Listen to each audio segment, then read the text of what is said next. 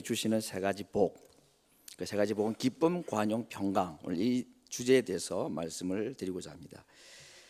오늘 본문에는 세 가지의 명령이 있습니다. 사실은 이 명령은 반드시 약속이 따라오기 때문에 이 명령과 함께 주어지는 약속이 기쁨, 관용, 평강의 복인데, 첫 번째 명령은 항상 기뻐하라, 두 번째는 모든 사람에게 관용하라, 세 번째는 모든 일에 기도하라.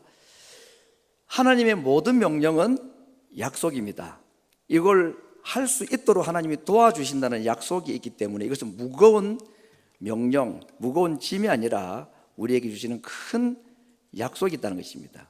그래서 항상 기뻐하게 해주겠고, 모든 사람에게 관용할 수 있게 할 것이고, 모든 일에 기도하게 하셔서 평강을 주시기를 원하시고 또 그렇게 하도록 도우시겠다 하는 명령인 동시에 약속이라고 할 수가 있습니다. 첫 번째 약속 또는 명령은 항상 기뻐하라 하는 말씀인데, 기뻐하는 것도 참 쉽지 않지만 그것도 항상 기뻐하는 거, 이게 참 어려운 것입니다. 그런데 이것이 가능할까 하는 것입니다. 여러분, 항상 기뻐하는 것이 가능할까요? 어떤 환경에서든지 기뻐하는 것이 가능할까? 우리 자연인으로서는 불가능합니다. 그럴 수 없습니다. 천국에서는 가능하지만 이 땅에서는 불가능합니다. 그러나 주 안에서는 가능하다는 것입니다. 주 안에서는 가능한 것이 항상 기뻐하는 것이라고 약속하고 있습니다. 여러분, 이제 기쁨, 슬픔 또는 염려, 평안, 이런 것은 다 감정 언어지요. 감정에 대한 얘기들인데, 감정이 어디에서 싹트고 어디에서 일어나느냐 하면은 마음에서 다 싹이 트고 마음에서 일어납니다. 그러니까 우리가 슬프고 또 염려가 생기고 하는 것은 우리 주변에 있는 내 환경이 좋지 못하기 때문에 우리가 슬프기도 하고 또 원망이 나오고 이렇게 한다. 그래서 내 감정, 슬픔과 원망 또 염려의 모든 원인은 내 밖에 있는 문제들이다라고 생각을 하면 문제입니다. 실제로는 내 밖에 있는 환경이나 어려운 문제들이 나에게 이 감정을 자극하고 감정을 이끌어내는 것처럼 보이지만, 더 정확하게 말하면 그런 외부적인 환경 속에서 내가 가지는 마음의 해석 또는 마음의 느낌, 생각, 마음의 반응, 이것이 우리의 슬픔이나 기쁨이나 염려나 이런 감정들을 만들어내는 것이기 때문에 결국 우리의 모든 감정의 출처는 내 밖에 있는 환경이 아니라 그 환경에 반응하고 해석하는 내 마음에 달려있다, 그렇게 볼 수 있겠습니다. 그래서 모든 감정은 마음에서 나오는 것입니다. 요한복음 13장 2절은 이것이 얼마나 정확한지를 잘 보여주고 있습니다. 마귀가 벌써 시몬의 아들 가룟 유다의 마음에 예수를 팔 생각을 넣었다 그랬습니다. 가룟 유다의 마음에 생각이 들어가서 행동으로 옮겨졌다. 그래서 마음을 누가 점령하느냐에 따라서 우리가 기뻐할 수도 있고 슬퍼할 수도 있고 염려할 수도 있고 평안할 수도 있다는 것입니다. 결국 이제 마음만 잘 지키면 되는 거죠. 우리 마음을 빼앗기면 사실은 모든 것을 빼앗기는 것과 같습니다. 그래서 마음은 사탄과 하나님의 영이 싸우는 아주 치열한 전쟁터와 같습니다. 그래서 잠언 4장 23절에서는 무릇 지킬 만한 것보다 더욱 내 마음을 지키라, 생명의 근원이 여기서 난다, 그렇게 말씀을 했습니다. 그래서 마음을 빼앗기면 사실은 평강도 기쁨도 다 빼앗기는 것이다. 마음을 지켜야 된다. 근데 문제는 이 마음을 내가 지킬 수 있느냐 하는 것입니다. 못 지키죠. 내가 내 마음을 지킬 수가 있겠습니까? 마음을 지킬 수 있는 분은 마음을 창조하신 하나님밖에 못하십니다. 마음을 지키려면 어떻게 해야 되는가? 하나님으로 하여금 내 마음을 지키시도록 해드려야 되는데, 어떻게 할 때 우리가 우리 마음을 지킬 수 있느냐? 하나님이 내 마음을 지킬 수가 있느냐? 마지막에 결론적으로 드릴 말씀이기도 합니다만은 요한복음 15장에 포도나무 가지 비유에서 이것이 잘 나타나 있습니다. 너희가 내 안에 거하고 내 말이 너희 안에 거하면 무엇이든지 원하는 대로 구하라. 그리하면 이루리라. 11절 말씀입니다. 내가 이것은 너희에게 이르면, 이게 무슨 말이죠? 너희가 내 안에 내 말이 너희 안에, 예수님 안에 붙어 있고 예수님과 깊은 바른 교제를 하는 삶을 살아가게 되면 내 기쁨이 너희 안에 있어 너희 기쁨을 충만케 한다 그랬습니다. 그러니까 우리가 기뻐할 수 있는 이 기쁨, 마음에서 나오는 이 기쁨은 누가 주는 기쁨이냐면 예수님이 주시는 예수님의 기쁨인 것입니다. 환경 따라서 주는 기쁨, 슬픔이 아니라 내 마음 속에 예수님의 기쁨이 들어와서 이것이 나의 기쁨이 되면 이게 충만한 기쁨이 된다. 그러니까 예수님이 내 마음에 끊임없이 예수님의 기쁨을 공급해 주시면 우리는 항상 기뻐할 수가 있다 하는 것입니다. 이것이 항상 기뻐하는 비결이라고 말씀을 해주고 있습니다. 두 번째 명령은 무엇입니까? 모든 사람에게 관용하라 그랬습니다.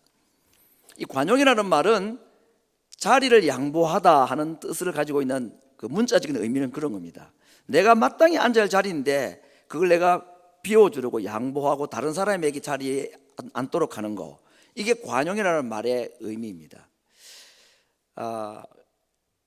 왜 그러면 관용하라 그랬는가? 그것도 모든 사람에게.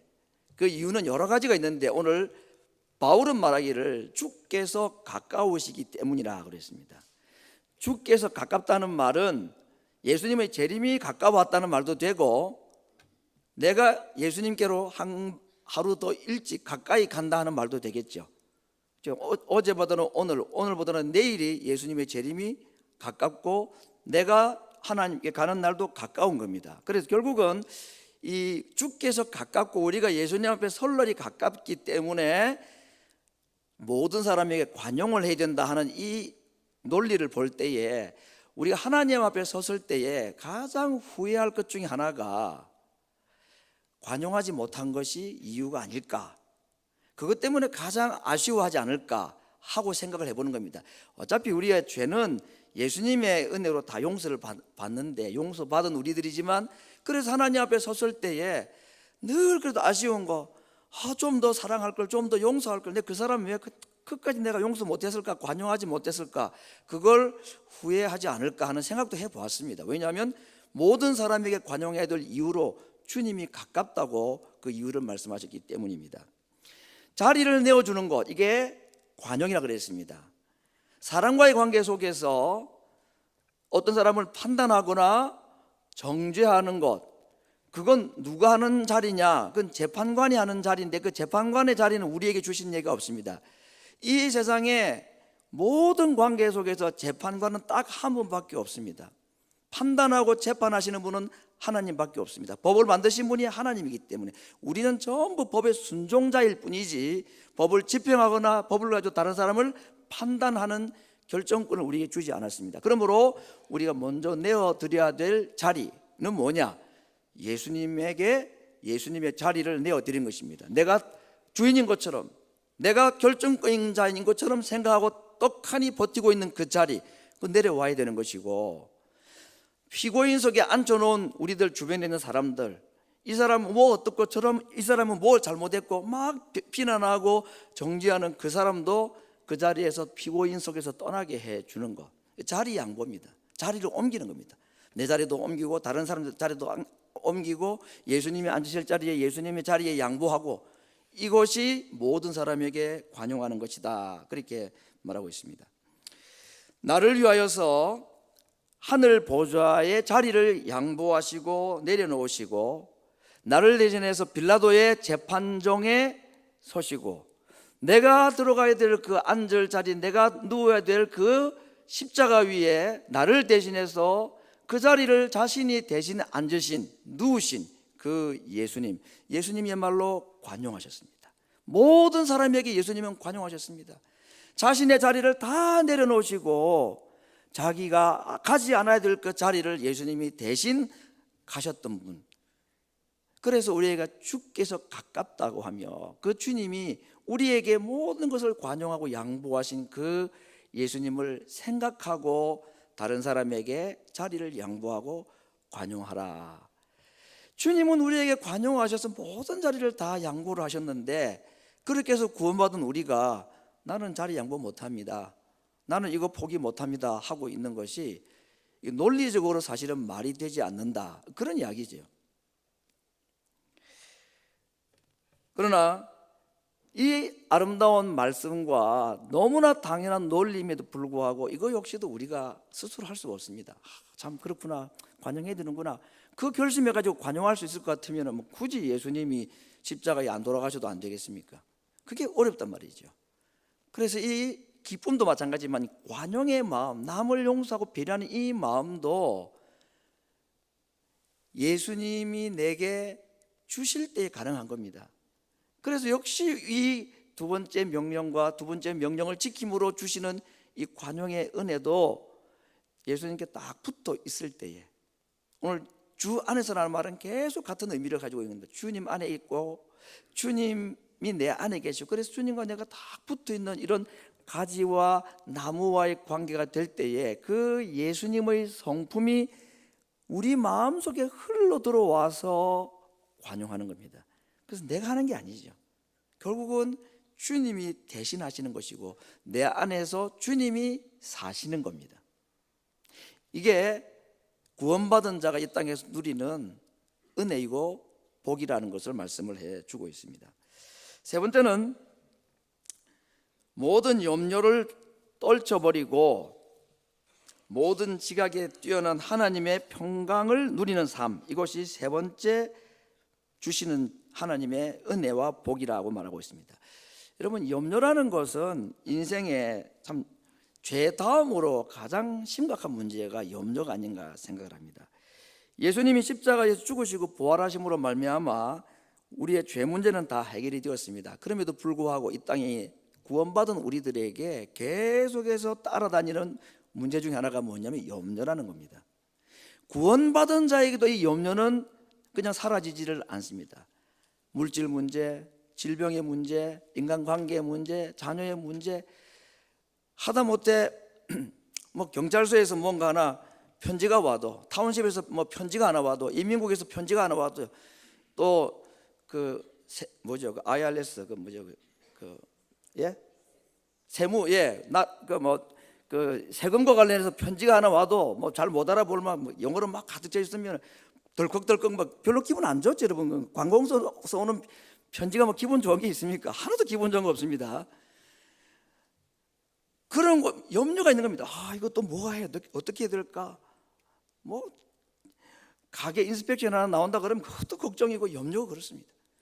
염려라는 걸 우리가 떨쳐버릴 수가 없이 이 세상 살아가는 것이 믿는 자나 믿지 않는 자나 다 마찬가지인데, 근데 마찬가지가 아니라는 겁니다. 우리에게는 이 염려와 관련해서 우리에게 해결책이 있는 것입니다. 염려를 어떻게 평안으로 바꿀 수 있는 방법을 우리에게 말씀하셨습니다. 하나님은 우리에게 염려 가운데 살아가는 하나님의 백성들에게 구원받았으니 그냥 살다가 천국이나 오라고 말씀하지 않고, 이 땅에 있는 동안에 구원받은 자가 염려를 이기고 평강을 누리는 삶을 하나님도 원하시고 그렇게 살기를 도와주시겠다고 하신 것입니다. 그래서 이것은 단순히 우리에게 윽박 지르고 그냥 만족하고 기뻐해, 그런 명령하시는 게 아니고 우리에게 아주 부드러운 마음으로 구원을 주신 하나님께서 이 땅에서 이런 삶을 누리고 오라고 정말 보너스로 주시는 은혜, 이게 진짜 구원을 맛보며 살다가 오라고 우리에게 주시는 제안인 것입니다. 이걸 왜 우리가 거부하겠습니까? 어렵고 못할 것처럼 보이는데 이게 할 수 있는 일이고 또 할 수 있도록 하나님이 도와주신다고 하셨으니 염려가 평안으로 바뀌는 이곳. 자, 그러면 어떻게 우리가 이 염려가 평안으로 바뀔 수가 있도록 할 수 있을까요? 염려와 평안은 서로 상극입니다. 그리고 이 염려는 무엇으로만 치료 가능한가? 오늘 성경에 보니까 기도로만 치료가 가능하다고 했습니다. 염려는 기도로만 해결이 됩니다. 그러니까 염려와 기도는 절대로 공존할 수가 없습니다. 둘 중에 하나가 다른 하나를 반드시 집어삼키게 되어 있고 이기게 되어 있습니다. 염려가 많으면 뭘 못할까요? 기도 못합니다. 그런데 기도하면 무엇부터 없어질까요? 염려부터 없어집니다. 이건 너무나 정확한 공식입니다. 문제는 이 염려가 어디에서 생긴다 그랬죠?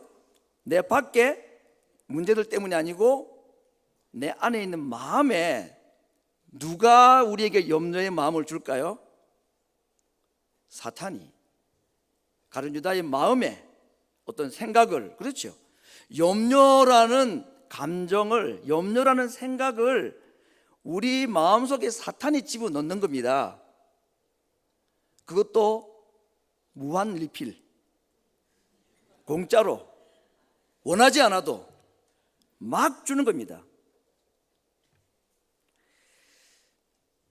불신자들에게도 그렇게 하지만 믿는 자들에게까지도 사탄은 겁도 없이 그렇게 하는 겁니다. 사탄이 굉장히 지혜로워요. 뱀이 하나님께서 만드신 짐승 중에 가장 간교하더라 그랬잖아요. 그게 지혜롭다는 말입니다. 나쁜 의미로. 사탄이 왜 지혜로우냐? 할 것과 못할 것을 자기가 딱 압니다. 믿는, 구원받은 우리들에게 사탄이 못하는 게 있습니다. 그건 뭐냐면 우리의 구원을 뺏어가지는 못합니다. 대신에 무엇을 뺏어가느냐? 구원의 기쁨은 뺏어갑니다. 그렇죠? 하나님께서 우리에게 주신 구원을 사탄이 뺏어가지는 못하는데, 대신에 우리에게 구원받은 자가 이 땅에서 마땅히 누려야 될 평안 없이 염려로 살도록은 할 수가 있습니다. 여기에 온 에너지를 집중하죠. 어떻게 해서는 믿는 자에게 염려하며 나중에 죽고 난 다음에 어디에 나가라? 천국에 아니, 우리를 왜 지옥 보냅니까 사탄이? 믿는 자들은 우리들에게, 믿는 우리들에게는 이 땅에서는 내가 시키는 대로 주는 염려 잘 받아서 누리다가 죽고 난 다음에는 내가 뭐 어떻게 손 쓸 수 없으니까 천국에나 가라. 이거 엄청 기분 나쁜 저주입니다. 겨우 천국 간 거 가지고 기뻐할 게 아니죠. 반대로 사탄이 우리에게 그렇게 염려로 올가매려고 할 때에 하나님은 그러면 무방비상도로 가만히 계시느냐? 천만의 말씀입니다. 우리에게 구원 주신, 그래서 예수님을 보내셔서 우리에게 구원 주신 하나님께서 예수님 대신에 또 다른 보혜사를 우리에게 보내어 주셨다고 그랬습니다. 성령님이 우리로 하여금 이 염려와의 싸움을 이길 수 있도록 도와주시고 함께 해주시겠다고 약속을 하셨습니다. 그래서 평강을 주시는 것입니다. 사탄은 염려를, 성령님은 우리에게 평안을 계속 주는 것입니다. 이 둘 사이에 염려냐 평안이냐는 결정은 누가 하느냐?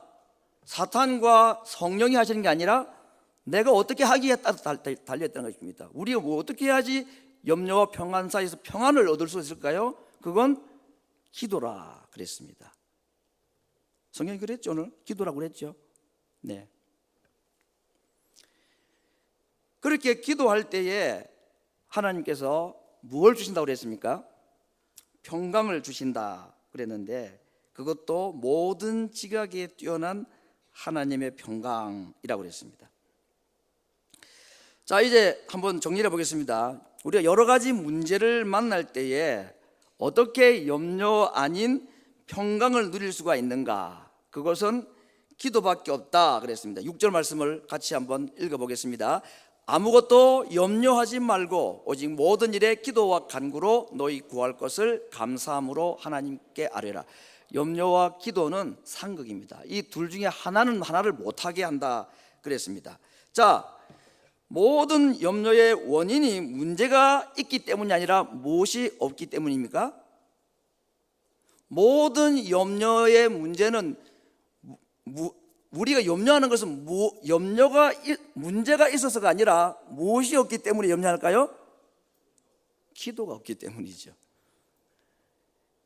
문제가 있어서 염려하는 게 아닙니다, 여러분. 기도가 없어서 염려하는 것이다. 이거 성경에서 정확하게 공식으로 말씀해 주신 거죠. 그러니까 뭐가 염려가 막 생기면 회개 기도를 해야 될 것 같습니다. 어떤 회개 기도? 네? 기도 안 한 거. 하나님은 염려를 없애는 방법을 딱 명확하게 말씀해 주셨는데 기도 말고 다른 방법으로 염려를 이길 수 없습니까? 그렇게 하면 안 되죠. 확실합니다. 염려가 있다. 그렇게 믿으십니다. 그냥 기도 안 하고 있구나 내가. 왜냐하면 기도는요 반드시 염려부터 잡아먹습니다. 기도는 염려 먹고 자라는 겁니다. 밥이죠, 밥. 여호수아와 갈렙이 가나안 땅의 백성들을 보고 군대를 보고 저희들은 우리의 밥이라고 그랬습니다. 기도하는 사람에게 염려는 밥입니다. 그러나 기도 없는 사람에게는 염려는 엄청난 군대가 되어서 우리를 집어삼키는 적군이 되어버리는 것입니다. 기도하면 혹시 문제가 해결이 안 될 수도 있습니다. 되기도 하고 안 되기도 합니다. 기도하면 다 해결되는 거 아닙니까? 6절의 말씀은 염려하지 말고 염려 있을 때는 기도하라 그랬습니다. 그러면 7절은 어떤 약속이 있을 것 같습니까? 염려 있니? 그러면 기도해. 그러면 어떻게 해주겠다? 모든 문제 내가 다 해결해 주마. 7절은 그렇게 기록이 되면 딱 맞지 않겠습니까? 논리적으로. 그런데 7절은 그렇게 기록이 되어 있지 않네요. 어떻게 이렇게 있습니까? 염려하지 말고 기도해라. 그러면 어떻게 해주신다 소개했습니까? 답이 안 나오네 아직. 그리하면 뭐하면?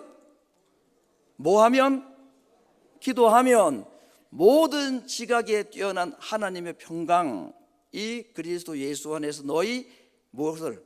마음과 생각을. 이거 마음에 사탄이 역사하는 장소라 그랬습니다. 그렇죠? 근데 여기 성령도 역사하십니다. 마음과 생각을 지켜주면 문제 해결되어도 감사, 내가 원하는 대로 문제 해결이 안 되어도 평안. 아무리 문제가 다 해결되어도 평안 없으면 그 해결된 거 아니죠. 그러나 혹시 문제가 내가 원하는 대로 이루어지지 않는다 할지라도 내 마음 평안하면 내가 이긴 거죠. 사탄이 이긴 겁니까? 내가 이긴 거죠.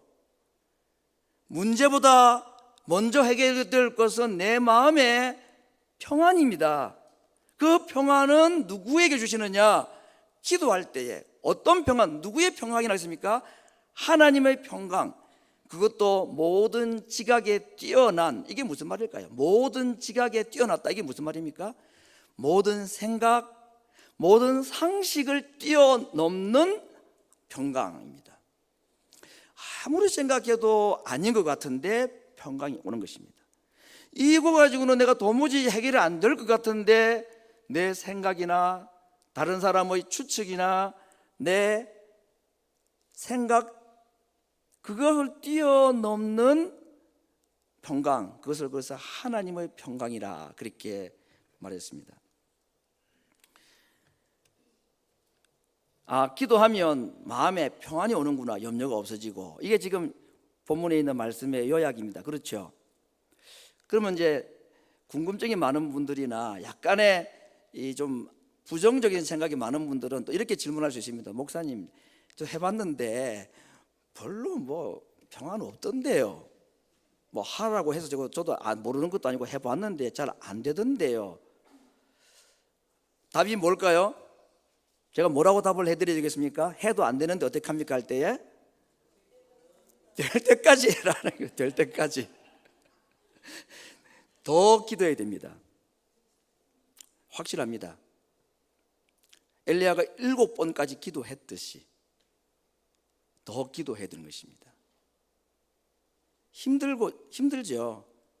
그러나 더 기도할 수 있도록 하나님이 도우십니다. 예수님께서 마지막 겟세마네 동산에서 기도할 때에 더 이상 기도할 수가 없을 정도로 심히 고민하여 죽을 지경이라고 그랬습니다.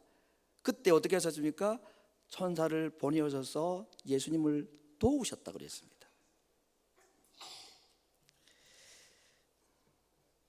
항상 기도하고 그 다음에 뭘 하지 말아야 됩니까? 낭망하지 말 것을 비유로 일러 가라사대. 누가복음 18장 불의한 재판관 비유. 그렇죠?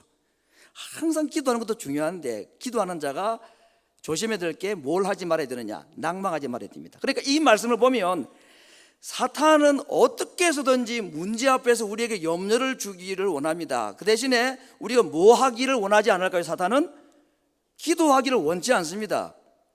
사탄은 너무나 잘 알아요. 기도하면 자기가 힘을 못 쓴다는 것을 귀신처럼 알고 있습니다. 그래서 어떻게 해서든지 믿는 자로 하여금은 기도 못하게 하는 것이 최고의 성부수입니다. 거기에 믿는 자들이 알고도 모르고도 다 속수무책으로 당한다는 데 문제가 있는 겁니다. 기억하셔야 됩니다. 믿는 우리들에게 사탄이 제일 공격하는 공격 방법은 뭐냐? 우리로 하여금 기도 못하게 하는 것입니다. 어떻게? 너무 바빠서. 어떻게? 하다가 낭망하도록 해서. 또 어떻게 사탄이 우리의 기도를 못하게 막을까요? 의심을 줍니다. 기도한다고 될까? 이게 뭐 기도하라 그러니까 하긴 하지만 기도한다고 될까? 의심, 낭망, 그리고 여러 가지 이유 때문에 기도 못하는 나태함. 무슨 수로 마귀를 이깁니까? 무슨 수로 사탄과 이긴단 말입니까? 기도 안 하고 문제 당하는 자들이 링에 한번 올라가 보지도 못하고 링 밖에서 그냥 켜업해 당하는 겁니다. 사탄이 우리에게 기도할 마음을 막아버립니다. 여러 가지 이유로 기도할 마음을 다 뺏어가 버립니다. 사탄으로서는 싸우지 않고 이기는 최고의 전쟁을 한 거죠. 제일 잘하는 전쟁이 안 싸우고 이기는 게 제일 잘하는 전쟁이라면서요. 사탄이 우리에게 제일 잘 써먹는 게 그겁니다. 안 싸우고 이기겠다는 거죠. 우리 속에 아예 기도한 자체를 포기하도록 만들어서.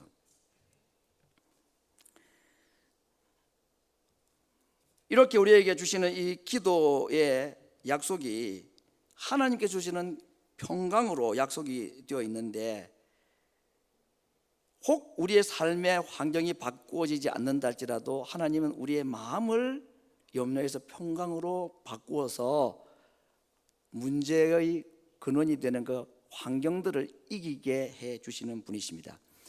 예수님은 풍랑을 잔잔케 하셔서 배를 지나가기도 하셨지만 아예 풍랑이 있는 배 위에서 평안하게 주무시기도 하셔서 풍랑과 상관없이도 사셨습니다. 하나님은 우리가 기도할 때에 풍랑을 잔잔케 하실 수도 있습니다. 그러나 풍랑이 있어도 조금도 방해받지 않도록 하는 평안함을 주셔서라도 이 문제를 극복하게 하고 이겨내게 하실 수 있는 모든 방법을 다 가지고 계신 하나님이십니다. 하나님은 내 마음의 밖에 있는 우리 삶의 풍랑도 잔잔케 하시는 능력이 있지만 그것 때문에 요동치는 내 마음의 풍랑도 잔잔케 하실 수 있는 능력이 있으신 분이십니다. 하나님의 능력을 과소평가하지 마십시오. 내가 원하는 대로 풍랑이 죽어 없어지지 않는다고 하나님을 무능한 분으로 말씀하지 마십시오. 하나님은 우리 마음속의 풍랑을 잠재우실 수 있는 분이십니다. 어떻게 할 때에? 기도할 때에. 이제 공식이 하나 만들어졌죠. 염려에 기도가 더해지면 어떻게 될까요? 평강이 오는 것입니다. 이 평강은 하나님의 평강이라고 했습니다. 야고보서 1장 17절입니다. 1장 17절에 각양 좋은 은사와 온전한 선물들이 위로부터 빛들의 아버지께로서 내려온다. 여러분, 좋은 것은 다 위로부터 내려오는 거라고 그랬습니다. 하늘에서 내려오는 것들이 다 좋은 것입니다. 하늘에서 내려오는 것은 사람이 만들 수 없는 거죠. 햇빛, 또 비, 인공 강우를 만들고 인공 눈을 만든다 그러지만 그 다 그냥 해보는 거지만 되는 거 아니죠. 위에서 내려오는 것은 막을 사람이 없습니다. 하늘에서 내려오는 평강도 막을 수 있는 사람이 아무도 없습니다. 하늘에서 내려주는 하나님의 평강을 막고 그것을 거부하게 만드는 사탄은 절대로 존재하지 않습니다. 하나님께 기도할 때에 하나님의 평강을 하늘에서 내려주시겠다 약속을 했습니다. 사랑하는 성도 여러분, 하나님은 우리를 사랑하셔서 예수님을 믿고 구원받게 해 주셨습니다. 그런데 하나님의 사랑은 그것이 전부가 아니었습니다. 믿는 자에게 주시고자 하는 또 다른 복, 오늘 본문에 자그마치 3가지를 약속했습니다. 무엇을 약속하셨습니까? 항상 기뻐하는 것, 모든 사람에게 관용할 수 있는 것, 그리고 모든 염려 가운데서 평강을 누리는 것, 이 약속을 믿는 자에게 주셨습니다. 이 모든 것이 가능한 것은 주 안에서만 가능하다고 말씀하셨습니다. 믿고 구원받은 자가 이 하나님이 주시는, 구원받은 자에게 주시는 또 다른 은혜를, 또 다른 복을 누리기 위해서는 항상 기뻐하는 것, 모든 사람에게 관용하는 것, 모든 염려 가운데서 평안을 누리는 것, 이건 천국 가면 자동적으로 다 되는 거지만 이 땅에서는 하나님의 약속을 믿고 기도하는 자에게 주시고, 하나님과 붙어 있는 자, 예수님이신, 나무이신 예수님께 붙어 있는 자에게 나무로부터 오는 기쁨, 예수님으로부터 오는 예수님의 마음, 예수님께 붙어 있을 때에 예수님께서 공급해 주시는 그 평안으로야만이 이 복을 누릴 수가 있기 때문에 구원받은 우리들이 계속해야 될 것이 무엇입니까? 요한복음 15장에 있는 말씀과 같이 내 안에 계속 머물러 있어라 하는 것입니다. 나무가 붙어 있듯이, 가지가 나무에 붙어 있듯이 하나님 안에, 주님 안에 계속 붙어 있는 삶을 살 때에 이런 구원받은 자에게 주시는 은혜와 복이 예수님으로부터 우리에게 흘러 들어오고 공급되어진다고 말씀하고 있습니다. 어떻게 하는 것이 붙어 있는 삶일까요? 우리 교회 나무가 많이 있는데 앞에, 우리 딱 정문 앞에 보면 나무 한 그루 아니면 두 그루 정도는 한쪽은 살았고 한쪽은 죽은 나무가 있습니다. 죽었는지 안 죽었는지 모르지만 붙어 있는데 잎이 안 피어요. 그렇죠? 잎 안 피는 나무들이 있죠. 앞에 보면 있습니다. 그거 왜 붙어 있는데 잎이 안 필까요? 분명히 붙어 있는데 왜 잎이 안 필까? 그 안에 막혀서 그렇습니다. 사실상 겉으로는 붙어 있지만 붙어 있는 게 아닌 거죠. 우리가 예수님을 믿고 예수님께 붙어 있는다는 삶은 그냥 겉으로 붙어 있는 것처럼 보이는 것 가지고 안 되는 것입니다. 정말 내적인 통로가 막혀버리면, 예수님과의 만남이 이루어지지 않으면, 진정한 내적인 연합이 이루어지지 않으면 붙어 있다 하나 붙어 있는 것이 아닙니다. 예수님의 영양분을 공급받지를 못하는 겁니다. 어떻게 하면 붙어 있을 수 있을까? 너희가 내 안에, 내 말이 너희 안에, 이거죠. 예수님과 내가 하나가 되는 것, 붙어 있는 것은 하나님의 말씀으로 연합이 될 수 있다고 했습니다. 그것을 가능하도록 도와주시는 분이 성령이십니다. 그리고 찬송을 한 장 불러도, 성경 말씀을 한 구절 읽어도, 기도를 드려도, 예배를 한번 드려도, 오늘도 우리 십계명당도 끝에 말씀했습니다만 마음을 다하고 뜻을 다하고 정성을 다하여서 하나님께 예배하고 말씀을 듣고 찬송 부를 때에 이것이 붙어 있고자 하는 우리들의 노력입니다. 그런 자를 하나님이 멀리 하실까요?